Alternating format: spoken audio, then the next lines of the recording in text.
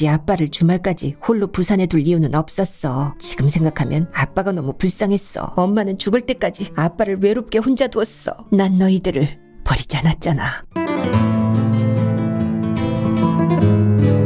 붉은 비닐 노끈.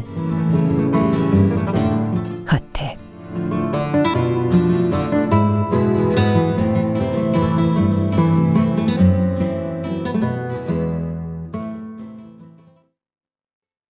오늘도 어김없이 수군거리는 소리가 들린다. 하루가 다르게 수군거리는 소리가 커진다. 처음에는 그냥 그녀들의 아침 수다구나 생각했다. 하지만 바람결에 들려오는 수군거림에는 나에 관한 얘기들이 많았다. 귀가 점점 골프장 휴게실 쪽으로 기울었다. 오늘은 뭘 수군거릴까? 은근히 호기심이 생기고 흥분조차 하게 됐다. 언뜻 들으니 새로 사입은 골프웨어에 대해 수군거리는 것 같았다. 청각이 점점 예민해지며 소리들이 또렷하게 들렸다. 골프 연습장은 100여 평 정도로 좁다. 그물망 비거리가 60m밖에 되지 않는다. 이 골프 연습장은 아파트와 함께 20여 년 전에 만들어졌다. 넓지는 않아도 아파트의 대표적인 건물로 600여 세대 아파트 주민들에게는 고급스러운 휴식처이다. 10여 명이 스윙을 할 수 있을 정도로 좁기도 하지만 수군거리는 말들이 나에 대한 것이라 신경이 곤두선다. 골프채를 휘두르기보다 수군거리는 소리에 더 신경 쓰인다. 오전 9시 시간대 골프 연습장에 모이는 아파트 사람들은 유별나다. 3m 거리의 휴게실은 수군거리는 소리를 숨기지 못한다. 확실히 내가 입은 골프웨어에 대한 얘기다. 비동 513호 언니 목소리가 많이 들린다. 이때다 싶은 생각이 들었다. 그녀들의 수다에 끼어들 수 있다. 잠시 7번 아이언 스윙을 멈추고 당당히 미소 지으며 휴게실로 갔다. 비동 513호 언니가 깜짝 놀라며 말을 건넨다. 예쁘고 늘씬한 골프웨어를 어디서 샀어? 요즘 유행하는 윙 제품 같아? 그런 패션은 보기 힘든데 스윙은 잘 돼? 수군거리는 목소리가 평소처럼 커졌다. 비동 513호 언니의 뻔뻔스러움이 친근하게 느껴진다. 몇 달 전과 달라진 대화가 나를 오히려 편하게 한다. 스스럼 없이 웃으면서 고맙다는 인사를 했다. 오전 9시 시간대에 그녀들과 함께 얘기할 수 있다는 게 은근히 기쁘고 즐겁다. 커피를 권하는 곱창집 동생이 반갑다. 그녀들의 커피는 특별해 보였다. 휴게실 안에서 수군거리면서 마실 수 있는 그녀들만의 커피다. 그녀들 웃음이 그리웠다. 그녀들과의 대화가 나의 아침을 들뜨게 한다. 좁은 골프 연습장에서는 한 명이라도 여로일 수 없다. 공간이 협소해서 왕따는 바로 눈에 띈다. 그리고 아침 수다에 맛있는 재료가 된다. 20여일 전 골프 연습을 시작했을 때 얼굴이 너무 좋아졌다. 남편상 당한 여자 맞아. 1년도 안 됐는데 등의 수군거림을 들었다. 하지만 비아냥거리는 말들보다 그 시간대에 골프장에 갈 수 있다는 흥분이 더 컸다. 6개월을 겨우 참고서 6개월치 레슨비를 포함해 등록했다. 커피를 마시는 그녀들의 표정이 각각 묘하다. 친근한 이웃들인지 이방인에 대한 거부감인지 하지만 나는 그녀들의 표정에 개의치 않는다. 그녀들과 함께 골프 연습장 휴게실에 함께 있으니까. 1년 전 가끔 변호사님과 함께 스윙 연습할 때 보기 좋았는데. 수정이 엄마가 커피를 더 따라주면서 부드러운 듯 말끝을 부드럽게 낮춘다. 수정이 엄마가 말을 끝내기 전에 그녀들 표정이 굳어진다. 나도 굳어지는 채 한다. 아빠에게 많이 배웠어요. 혼자 연습하려니 힘드네요. 레슨을 받긴 하지만 많이 가르쳐 주세요. 오전 9시 시간대에 골프 연습장 분위기는 그녀들만의 수다로 화기애애하다. 아파트 단지 안에서 50여 평 아파트에 사는 여유 있는 중년 여자들의 고급 휴식처다. 오전 9시 시간대가 만드는 여유는 그녀들의 부와 권력을 나타낸다. 마음껏 웃으면서 그녀들과 커피타임을 가진다. 10여 분의 수다지만 9시 시간대 휴게실에 안착한 기분이다. 그녀들도 조금 전 수군거림의 주인공이 나임을 잊은 듯하다. 혹시 함께 필드 나가는 팀 있어요? 곱창집 동생이 넌지시 물어본다. 물음과 동시에 나는 없다는 답을 빠르게 했다. 여전히 비동 513호 언니는 나이살답게 언짢은 표정을 짓는다. 그동안 나에 대해 많이 수군거린 것을 알고 있다. 언니가 어색한 얼굴로 수정이 엄마를 쳐다본다. 그녀들 수다 속에 나를 끼워주고 싶지 않은 듯하다. 그녀들 수다는 부유롭게 만들어진다. 부동산부터 골프장 부킹, 해외여행, 사회봉사, 주식, 세금 문제, 자녀와 손자 손녀의 교육, 패션 등 온갖 여유 부리는 얘기가 쏟아진다. 어느 한 가지라도 수다에서 빠지면 그녀들 눈에 홀대하는 눈빛이 비친다. 그녀들은 오전 9시 시간대를 벗어나면 그냥 이웃일 뿐이다. 슈퍼마켓에서나 시장, 그리고 반찬가게, 카페, 빵집, 옷집이나 관공서, 거리에서나 엘리베이터 안에서는 반갑게 인사만 하면 된다. 그런데 오전 9시 시간대 골프 연습장에서만 그녀들은 특별하게 변한다. 600세대 아파트 단지에서 소문은 번개처럼 빠르게 퍼진다. 아파트 내 온갖 소문들이 골프 연습장 휴게실에서 오전 9시 시간대에 그녀들에 의해 수다 재판대에 오르곤 했다. 주민들 대부분이 10여 년 이상을 함께 거주하며 생활했다. 나는 변호사 아내로서 9년 전에 입주했다. 42평 아파트로 이사 올 때 남편은 닥달했다. 미리 53평으로 이사 가자고. 남편의 고집은 변함없었다. 쓸데없는 낭비는 필요 없다. 하지만 40평과 50평대 아파트 주민 생활은 엄연히 달랐다. 평수는 10여 평 차이지만 흰색과 검은색으로 색칠한 듯 뚜렷하게 모든 면에서 차이를 보였다.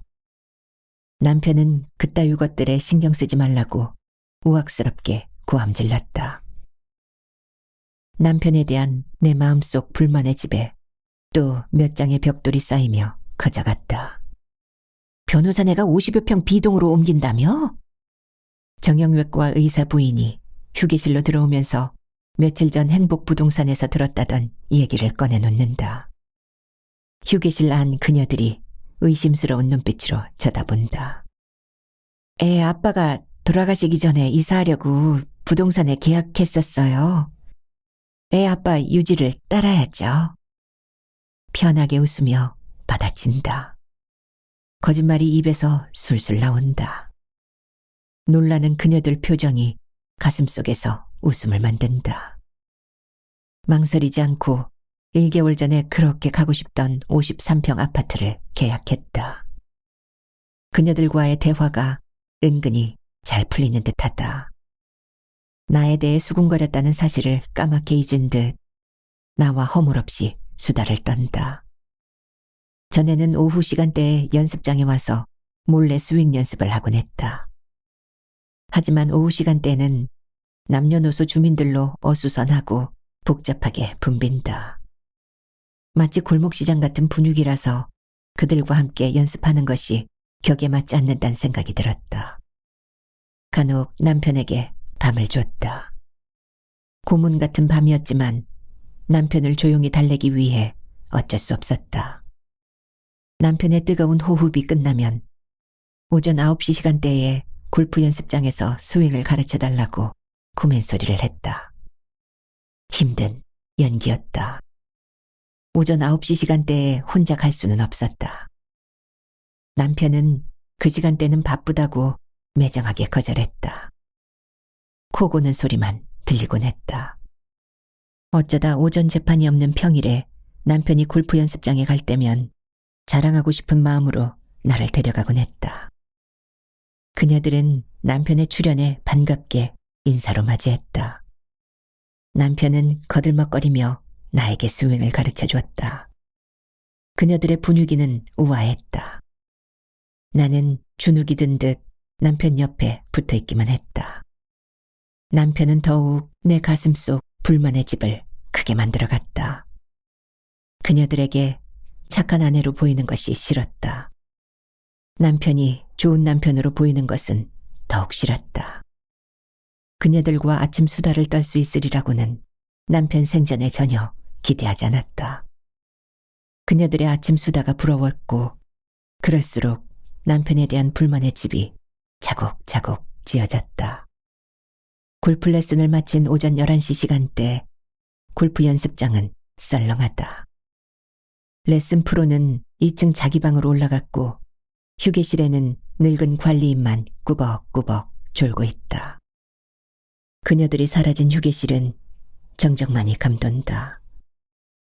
북적거리고 시끄러웠던 그녀들 수다가 그립다. 그녀들은 제각기 할 일이 있다는 듯 삽시간에 사라졌다. 딱딱 공치는 소리도 레슨 프로의 거친 목소리도 떠들썩한 수다도 모두 증발해버렸다. 몇십 분간 혼자 우두커니 의자에 앉아 있었다. 새소리나 휑하게 부는 바람소리만 연습장을 메울 뿐이다. 좁아 보이던 연습장이 축구장만하게 보인다. 조금 전 그녀들과 어떤 대화를 나눴는지 까마득하다. 그녀들을 따라서 웃었고 커피를 마셨으며 그녀들 표정을 본 듯하다. 뭘 할까? 스윙 연습으로 욱신거리는 어깨를 만지며 연습장 바닥에 뒹굴고 있는 골프공을 무심히 세어본다. 하나 둘 세다가 헷갈려서 다시 센다. 무슨 짓이지? 한의원에 가서 어깨 마사지나 받을까? 오전 11시 시간대는 지나가는 속도가 느리다. 남편과 함께하던 오전 11시 시간대는 매우 바빴다. 월, 수, 금, 주 3일 남편의 법률사무소에서 남편과 바쁘게 재판 준비를 했다. 환갑의 나이에 남편과 근무한다는 것이 억울했다.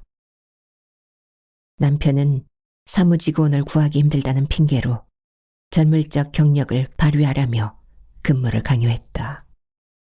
몇 달 만이라는 약속은 깨지고 아파트로 이사 온 후 계속 매주 월, 수, 금을 남편 사무실에서 일했다. 남편에 대한 미움과 불만의 집을 짓는 것도 일과가 됐다. 남편이 한마디 할 때마다 빠르게 불만의 집이 지어졌다. 이혼이라는 서류는 쓸데없는 종이 쪼가리였다. 20여 년 전 나의 과오를 약점으로 잡고 있었다. 남편의 그물에 걸려들어 팔딱거리는 물고기 신세가 됐다. 그는 남편이라는 허울을 쓴 채 포악한 상관으로 행동했다. 갱년기 사무실 업무는 고역이었다. 모른 채 하는 것인지 모르는 것인지 35년 결혼 생활은 종지부를 찍을 수 없는 고문이었다. 바람에 펄럭이는 골프장 그물망을 멍하게 바라보는데 남편의 얼굴이 그물망 따라 펄럭거렸다. 어른거리는 남편 얼굴이 웃었다가 찡그렸다가 다정했다가 화를 냈다가 팔색조처럼 변한다. 진짜 남편 얼굴을 찾을 수가 없다. 오전 11시 시간대에 남편과 함께 있었던 세월이 길었다. 오전 11시 시간대에 남편 이외의 사람들은 거의 접할 수 없었다. 남편이 사라진 오전 11시 시간대가 갑자기 공허하게 느껴졌다. 점심을 함께 먹으며 징그럽게 웃던 남편이 그물망에 어른거린다. 당신 좋아하는 생대구탕 어때? 징그럽게 웃는 남편을 흘겨보았다. 9여 년 전부터 정호의 점심은 또 다르게 변신한 남편과 행동했다. 점심시간만은 남편으로 함께했다. 언제부터 남편에 대한 불만과 미움의 집을 지었는지 기억이 까마득하다. 어떻게 지었는지 혼자 있는 오전 11시 시간대에 회상해보지만 불만의 집을 짓는 방법을 잊어버렸다. 오전 11시 시간대 골프 연습장에 혼자 있다는 것이 뜬구름보다 더 떠있는 것 같다. 서류 정리로 바쁘게 움직였던 손가락들을 유심히 바라본다. 골프 스윙할 때보다 더 바빴다. 컴퓨터 앞에서 자판을 치던 손가락이 가늘어졌다. 타이핑 흉내를 내보지만 힘이 없다. 그렇구나. 변하는구나. 마음이 덩 비워진다. 휴대전화가 울린다. 큰딸 전화번호가 뜬다. 갑자기 반가워서 코끝이 찡해진다. 수신 버튼을 누른다. 큰딸 전화번호가 뜬다.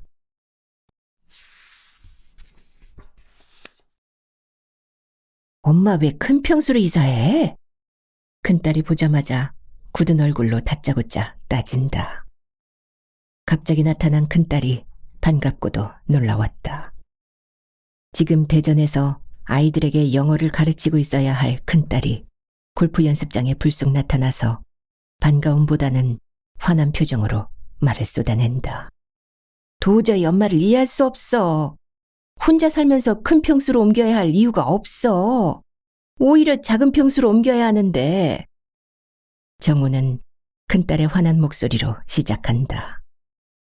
갑자기 왜 큰딸이 나타나서 화를 냈지? 하지만 혼자 있을 때 허전했던 마음이 반가움으로 채워진다. 점심은 남편 생전에 자주 갔던 샤브샤브 식당에서 하자고 한다. 큰딸이 살쭉거리며 앞장선다. 식당으로 들어가자 큰딸은 감회가 새로운 듯 천천히 식당을 둘러본다. 남편은 유달리 샤브샤브 요리를 좋아했다. 엄마, 생각나? 20년 전 서울 가기 마지막 날 아빠와 함께 식사하며 아빠가 했던 말. 큰딸이 굳이 그날을 회상하다니. 여기서 얼마나 자주 가족 식사를 했는데 하필 회상하는 날이 서울로 떠나는 전날 저녁이라니. 남편은 중학교를 갓 졸업한 큰딸 손을 꼭 잡고 서울 가서 생활하면 엄마를 부탁한다 라며 3번이나 당부했다. 큰딸과 아들 그리고 막내딸이 어리둥절해하면서 아버지를 바라보았다. 중학교에 입학하는 아들이나 초등학교 4학년인 막내딸에게 갑자기 서울 이사는 알 수 없는 사건이었다. 아들과 막내딸은 서울로 가기 싫다며 나와 남편에게 며칠을 울면서 투정 부렸다. 큰딸도 울산에 아빠만 두고 서울로 전학 간다는 것에 어리둥절해했다. 남편 얼굴에는 내키지 않는 기색이 역력했다. 큰딸은 몇 달간 서울 이 사건으로 옥신각신 부부싸움하는 것을 들었다. 남편은 거친 목소리로 반대했고 나는 조목조목 설명하면서 애걸하는 것을 아이들이 보았다. 나는 아이들 좋은 대학 보내려면 서울로 가야 한다고 틈틈이 얘기했다. 아이들은 나를 의아하게 바라보았다. 왜 그때 아빠가 엄마를 부탁했는지 알 것 같아. 큰딸이 식당 사장에게 인사하고 의자에 앉으면서 판결을 내리듯이 얘기한다. 굳이 아빠를 혼자 두고 우리만 서울에 갈 필요가 없었어.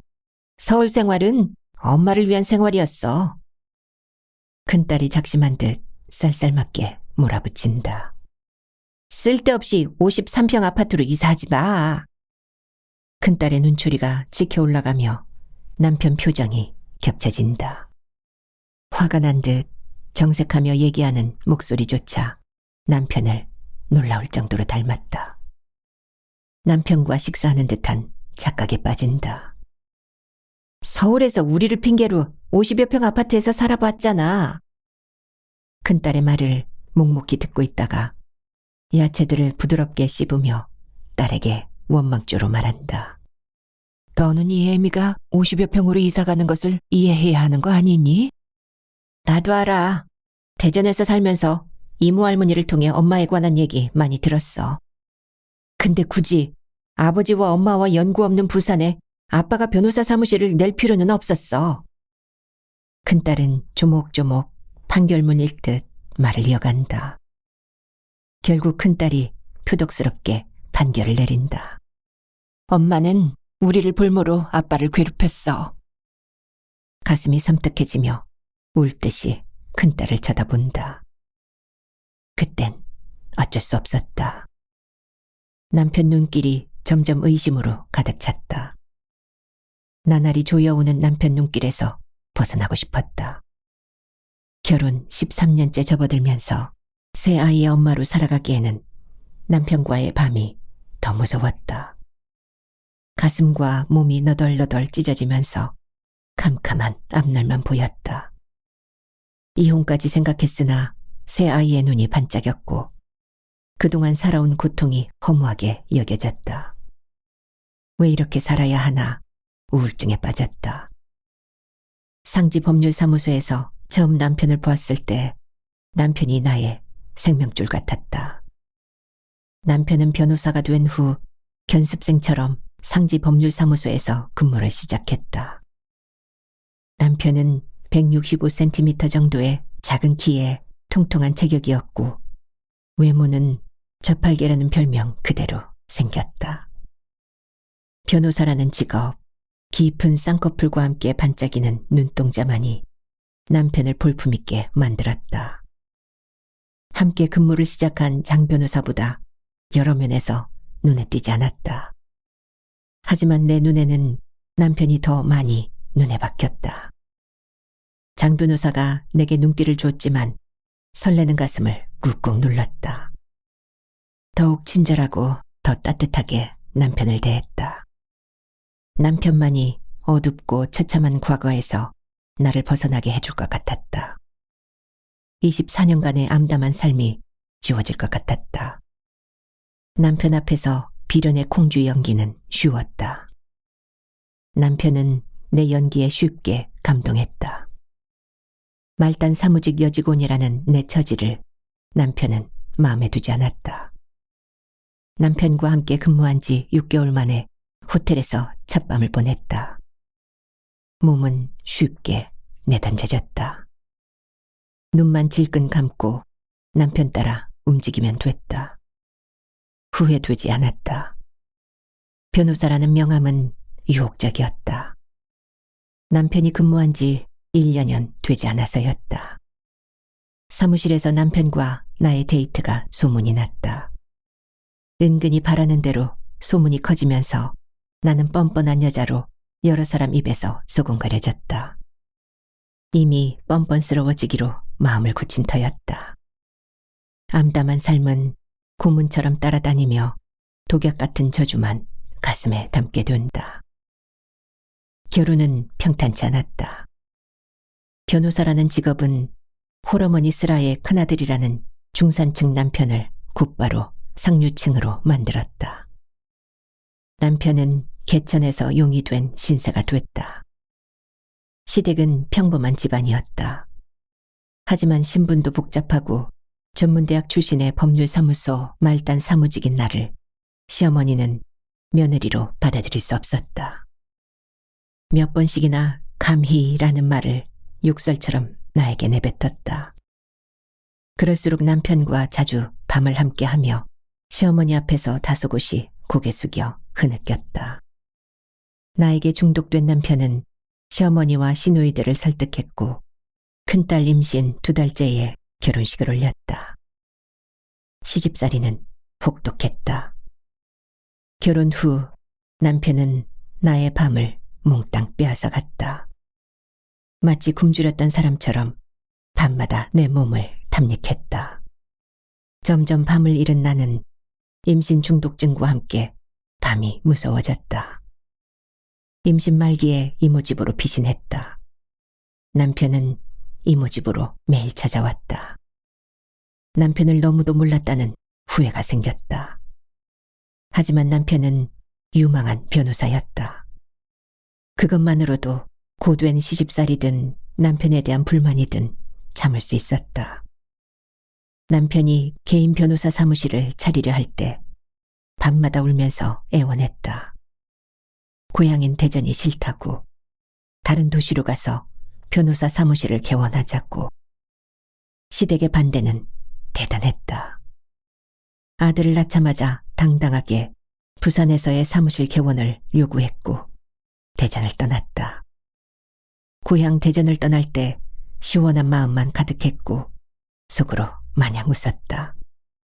셋째를 낳고 나서 우울증이 병적으로 지속됐다. 남편이 나날이 괴물로 변해갔다. 새 아이의 엄마 역할만 하고 싶었다. 아내로서 해야 할 역할에서 벗어나고 싶었다. 자주 밤을 거부하면 남편은 폭력까지 휘둘렀다. 폭력이 심해지면서 의처증 증세까지 보였다. 내가 알고 있던 남편이 아니었다. 밤을 거부할 때마다 의심스러운 눈초리로 쳐다보았다. 눈초리가 험악하게 변하며 매일 고문하듯 밤을 혹독하게 괴롭혔고 신문하듯 매일 낮에 전화로 뭐하냐고 물었다. 남편에게서의 탈출은 아이들 교육을 핑계로 하는 서울행이었다. 몇 달을 남편과의 밤을 거부하며 아이들 방에서 자면서 남편을 설득했다. 남편을 기러기 아빠로 만들었다. 서울에서의 생활은 처음 느끼는 해방감으로 행복한 나날이었다. 큰딸의 매서운 눈길을 피하며 너희를 볼모로 삼았다고 조용히 고개를 끄덕인다. 큰딸이 매섭게 몰아붙인다. 굳이 아빠를 주말까지 홀로 부산에 둘 이유는 없었어. 주말에 서울 오는 거 왜 반대했어? 우리를 핑계로 아빠를 외롭게 만들었어. 지금 생각하면 아빠가 너무 불쌍했어. 식사하다 말고 나를 째려보는 큰딸이 섬뜩하다. 2, 3년 지나 서울 생활에 익숙해지자 주말에 남편이 서울 오는 것조차 귀찮아졌다. 아이들과 밤이 그립다며 하소연했지만 주말마다 서울 오는 것을 아이들 핑계로 냉정하게 반대했다. 간혹 주말이나 휴가 때 어쩔 수 없이 남편과의 생활을 허락했다. 물론 엄마의 어린 시절이 얼마나 처참했는지 이모 할머니 얘기 들었어. 하지만 아빠를 너무 혹독하게 이용했어. 큰딸애가 점점 나를 범인처럼 몰아붙인다. 샤브샤브 육수가 바글바글 끓으면서 내 신경을 건드린다. 우리를 핑계로 친할머니 돌아가시기 전까지 대전에도 가지 않았다면서? 큰딸은 음식을 입에 대지도 않고 나를 취조하듯 쌀쌀맞게 몰아붙인다. 외할머니가 초등학교 1학년인 엄마를 두고 첫사랑 남자와 미국으로 도망가서 전혀 소식이 없었다며? 게다가 외할아버지는 바로 보험 설계사 여자와 재혼했고 계모한테 구박을 많이 받았다면서? 불우한 어린 시절을 보내면서 엄마가 친부모 사랑을 전혀 느끼지 못했다고 들었어. 큰딸이 모르는 어린 시절의 고통은 의붓 오빠의 성추행이었다. 4살 연상이었던 의붓 오빠는 인형 다루듯 나를 괴롭혔다. 의붓 오빠가 중학생이 되자 밤낮을 가리지 않고 내 몸을 만지작거렸다. 끔찍한 나날들이었다. 초등학교를 졸업하자마자 단칸방 이모집으로 도망쳤다. 아버지는 나에게 무관심해서 학비조차 주지 않았다. 중학교 때부터 온갖 알바를 다 해야 했다. 소아마비인 막내 이모의 따뜻한 사랑만이 사춘기 소녀를 외롭지 않게 했다. 막내 이모의 사랑으로 겨우 전문대라도 졸업할 수 있었다. 엄마는 나를 버렸지만 내 이모는 유전적으로 엄마를 타고났다. 막내 이모가 나를 보며 네 엄마는 예뻐서 인생이 기구한 거야 라며 넋두리처럼 슬프게 읊조렸다. 너는 제발 네 엄마 팔자를 닮지 않아야 하는데. 막내 이모의 말이 뼛속 깊이 박혔다. 그래서 이혼은 하고 싶지 않았다. 아이들을 두고 매정하게 떠나고 싶지 않았다. 난 너희들을 버리지 않았잖아. 그래서 너희들이 제대로 자라서 지금 셋 다 그럭저럭 잘 살고 있잖아. 숟가락을 식탁에 소리나게 놓으며 큰딸에게 울먹이며 말한다. 나를 쳐다보는 큰딸 얼굴에 남편이 어른거린다. 큰딸은 못 들은 척 정호의 남편처럼 무덤덤하게 내 말을 받아넘긴다. 정호의 점심을 마치고 식당을 나설 때 큰딸이 내 의견도 묻지 않고 남편처럼 앞장선다. 아빠 보고 싶으니 아빠에게 가자. 아직 남편이 정호의 내 곁에 있는 듯하다. 그동안 어수선하던 오후들이 큰딸의 방문으로 말끔하게 정리된다. 실로암 공원 묘원으로 가는 길이 큰딸과 함께라서 외롭지 않다.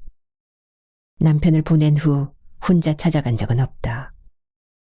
그렇다고 남편에게 미안한 적도 없다. 일주일 내내 흐릿하고 쌀쌀하던 4월 날씨가 모처럼 화창하고 따뜻하다. 큰딸과 나들이 가는 기분이다. 큰딸의 표정은 아직도 주저하는 듯 딱딱하다. 큰딸이 운전하면서 긴 한숨 끝에 물기 있는 말을 내뱉는다. 보고 싶어. 아빠가.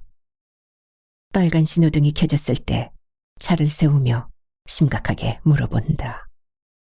왜 아빠는 자살했을까? 왜 엄마는 돌아가신 첫날 우리를 속였어? 이미 죽은 후라 굳이 너희들에게 아빠의 자살을 알리고 싶지 않았어. 알면 너희들 마음이 더욱 아플까 봐. 변명 같지만 진심이었다. 하지만 우리에게 말했어야지. 푸른 신호등으로 바뀌자 큰딸이 급발진하면서 내뱉는다. 그날 남편의 마지막 전화를 받은 것은 경주에서 오는 관광버스 안에서였다. 모처럼 전통차 모임 봄나들이는 매우 즐거웠다. 오후 5시쯤이었다. 쉴 새 없이 떠드는 수다는 버스 안을 즐겁게 만들었다. 남편에게서 몇 번 전화 온 것을 시끄러워서 듣지 못했다. 잠시 버스가 정차했을 때 남편의 전화를 받았다. 시끄러운 소리 덕분에 남편과 겨우 통화했다. 즐거운 수다에 빠진 나는 남편 목소리가 귀찮았다. 남편이 무슨 말을 하는지 알아들을 수가 없었다. 겨우 여보 여보 몇 번 힘없이 부르는 목소리가 들렸고 언제 도착하지? 라며 흐리게 물었다. 곧 도착한다며 쌀쌀맞게 대답하고 핸드폰을 끊었다. 남편이 아침 출근길에 즐겁게 옷 지장하는 나를 물끄러미 바라보았다. 언제 돌아와? 오후 재판 없으니 저녁에 샤브샤브 식당에서 외식할까? 아침에도 쌀쌀맞게 안 돼 라고 말하면서 남편을 외면했다. 저녁 7시쯤 집에 도착했을 때 남편은 아파트에 없었다. 혼자 마실 갔겠지 편하게 생각하며 밤 9시까지 기다렸다. 밤 9시 이후 남편에게 계속 전화했지만 신호음만 들리고 받지 않았다. 몇 군데 전화했지만 남편의 행적을 알 수 없었다. 섬뜩한 생각이 들며 119에 실종신고를 했다. 환갑의 변호사가 실종됐다고 실없이 웃으면서 119에서 남편의 핸드폰을 추적했고 남편이 자주 산책하던 황령산에서 전화기가 발견됐다. 119 순찰차를 타고 황령산으로 가서 구조대원과 함께 숲속을 수색했다. 어둠이 깔린 음산한 숲길은 우리들의 발자국과 수풀을 샅샅이 뒤지는 소리로만 메워졌다. 구조대원을 따라가는 나는 온몸이 식은땀으로 흥건히 젖으며 가슴이 조여오는 아픔을 느꼈다. 숲속을 가득 채운 어둠은 절벽 같은 느낌이었고 한 걸음 한 걸음 낭떠러지로 걸어가는 기분이었다. 구조대원이 비추는 손전등 불빛만이 어둠을 제쳤다. 아! 한 구조대원이 고개를 돌리며 숲속 소나무를 보면서 비명을 질렀다. 어둠 속에 검은 물체가 나무에 매달려 있었다. 나무를 본 순간 온몸에 힘이 빠지며 머리가 새하얗게 비워졌다. 쿵! 그냥 숲길 위에 무너졌다. 남편이었다. 삐에로가 잠에 빠진 듯 남편은 소나무 가지에 대롱대롱 매달려 있었다. 소나무 가지에서 급하게 남편을 내렸을 때 붉은 비닐로 끈이 넥타이처럼 목에 메어 있었다.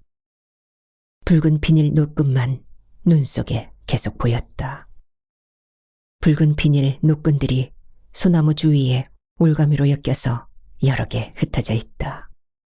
남편은 이미 싸늘하게 식어 있었다. 붉은 노끈은 신발장 안에 보관했던 것이었다. 남편은 구조대원에 의해 가까운 병원 영안실로 운반됐다. 나는 구조대원들에게 울면서 애걸했다. 아이들이 충격받을 것이니 남편 자살은 일단 비밀로 해주세요. 하지만 아이들은 남편이 산책 중 뇌경색으로 사망했다는 말을 믿지 않았다. 막내딸이 오후에 아빠와 통화했다며 울음을 터뜨렸다. 아이들은 형사들이 왔다 갔다 하며 준 시체 검안서에서 자해에 의한 사망이라는 소견을 봤다. 염습하며 입관할 때 아이들이 왜를 외치며 울었다. 시신목에 굵은 올가미 흔적이 있었다. 큰딸이 차를 세우며 긴 한숨을 토한다. 슬그머니 큰딸 눈치를 보게 된다. 추모공원은 한적하다. 납골당으로 들어가는 동안 발자국 소리와 큰딸 한숨 소리만 잔잔하게 퍼진다. 오후 햇살이 납골당 안을 환하게 따스하게 비춘다. 남편 유골 항아리 앞에서 우리는 서로 원고와 피고처럼 마주섰다. 남편이 웃으며 쳐다본다. 언제 얼굴이지? 이렇게 환하게 웃은 적이 있었나? 왜 낯설어 보이지? 어둠 속에서만 남편을 봐서 기억이 없나? 뜻하지 않은 슬픔이 밀려온다. 그날 준이와 나에게도 아빠가 전화했었어. 수업 중이라 받지는 못했어. 준이도 못 받았고. 희수만 받았는데 아빠 목소리가 촉촉했고 힘이 없었다며 그냥 안부 전화라고. 햇살 사이로 큰딸 목소리가 차분하게 퍼진다. 하지만 귓속으로 스며들며 칼날같이 가슴을 찌른다. 큰딸 입모양만 쳐다본다. 말하는 모양이 언뜻 남편을 닮았다. 큰딸의 눈에는 아빠가 가득 그려져 있다. 우리 남매가 결혼 전에는 엄마 편이었어. 엄마가 불쌍하다고 생각했지. 가정을 가지고 아이도 낳고 남편과 10여 년 지내다 보니까 아빠가 점점 이해되는 거야. 엄마만 우리를 키운 게 아니었어. 가끔 동생들과 얘기한 적이 있어. 아빠도 우리를 키웠다고. 우리가 서울에 온 후부터 아빠는 외로움을 꾹꾹 누르고 홀로 생활했던 거였어. 엄마는 아빠의 외로움을 알면서 쌀쌀맞게 냉정하게 모른 척했어. 아빠 덕분에 따뜻한 가정을 이루다 보니 가정의 온화한 사랑을 느끼게 돼. 서로 티격태격 부부싸움을 해도 서로 사랑하며 평온한 가정을 꾸릴 수 있어. 남편은 언제나 아빠에게 감사하다고, 그리고 그간 힘든 생활을 했다고 얘기하지. 큰딸은 마치 항소인이 말하듯 나를 보며 긴 변론을 또박또박 이어갔다. 큰사위는 유독 남편을 좋아했다. 나의 냉대가 큰사위를 힘들게 했다. 큰딸이 큰사위를 데려왔을 때 가슴이 찢어지고 스스로 원통했다. 결혼을 반대했다. 미친 듯이 고함을 질렀다. 고작 고등학교 선생과 결혼시키려고 내가 그렇게 고생하며 널 키웠냐?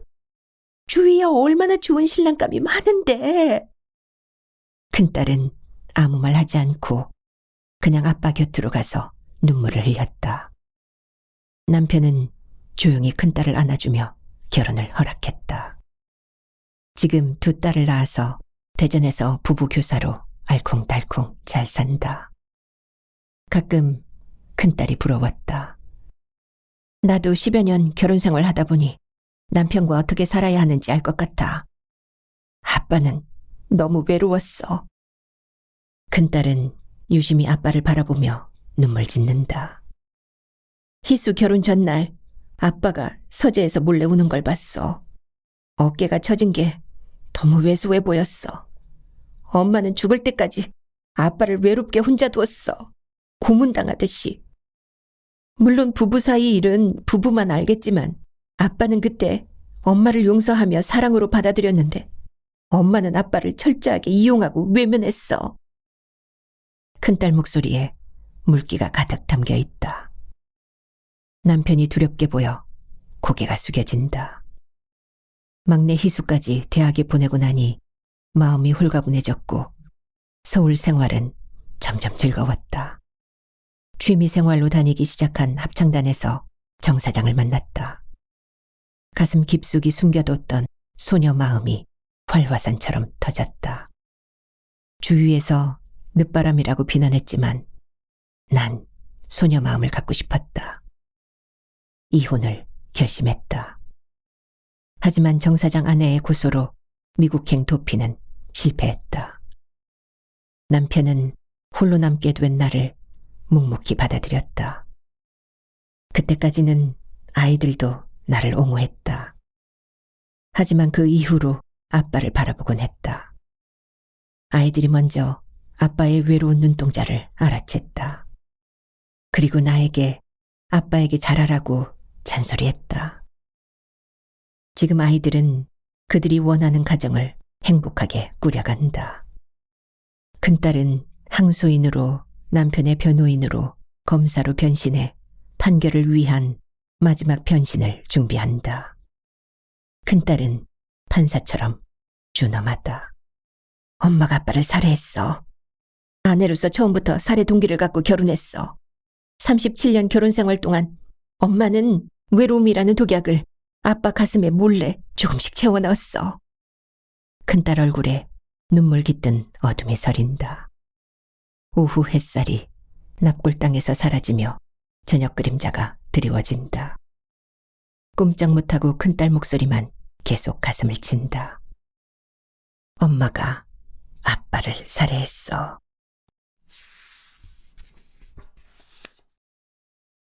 밤이 매몰차게 밀어닥친다. 4월 밤바람이 저승사자처럼 휘몰아친다. 갑자기 불어닥친 밤바람에 창문이 으스스하게 덜컹거린다. 밤에 묻힌 창밖이 공허하다. 창밖을 보니 가슴이 서늘하다. 큰딸에게 아파트에서 저녁을 함께하고 대전 가라고 부탁했다. 하지만 큰딸은 매정하게 떠났다. 아이들도 걱정되고 애 아빠도 기다리고 편안한 내 집으로 빨리 가고 싶어. 언제부터 친정집이 불편해졌지. 큰딸은 여전히 원망스럽고 매정한 눈길을 보냈다. 아파트 문을 열자 냉기가 온몸을 휘감는다. 식탁에 앉았건만 입맛이 없다. 형광등을 환하게 밝혔지만 오늘따라 거실이 썰렁하고 넓어 보인다. 덜컹거리는 창문 소리만 들릴 뿐이다. 50평 아파트는 얼마나 더 넓을까. 서울에 있는 아들과 막내딸에게 전화를 건다. 주말에 내려올 수 없니? 하지만 둘은 바쁘다는 핑계만 늘어놓는다. 누나에게 얘기 들었다며 차갑게 말하는 아들 목소리가 매정하게 느껴진다. 마음이 허전해 벌떡 일어나 내일 신을 골프화를 찾으며 신발장을 연다. 갑자기 신발장에 있던 붉은 비닐 노끈 꾸러미가 우수수 떨어진다. 순간 온몸이 오싹해진다. 발로 노끈 꾸러미를 차서 신발장 구석으로 밀어넣는다. 그때도 소나무 주위에 노끈 올가미 여러 개가 흩어져 있었다.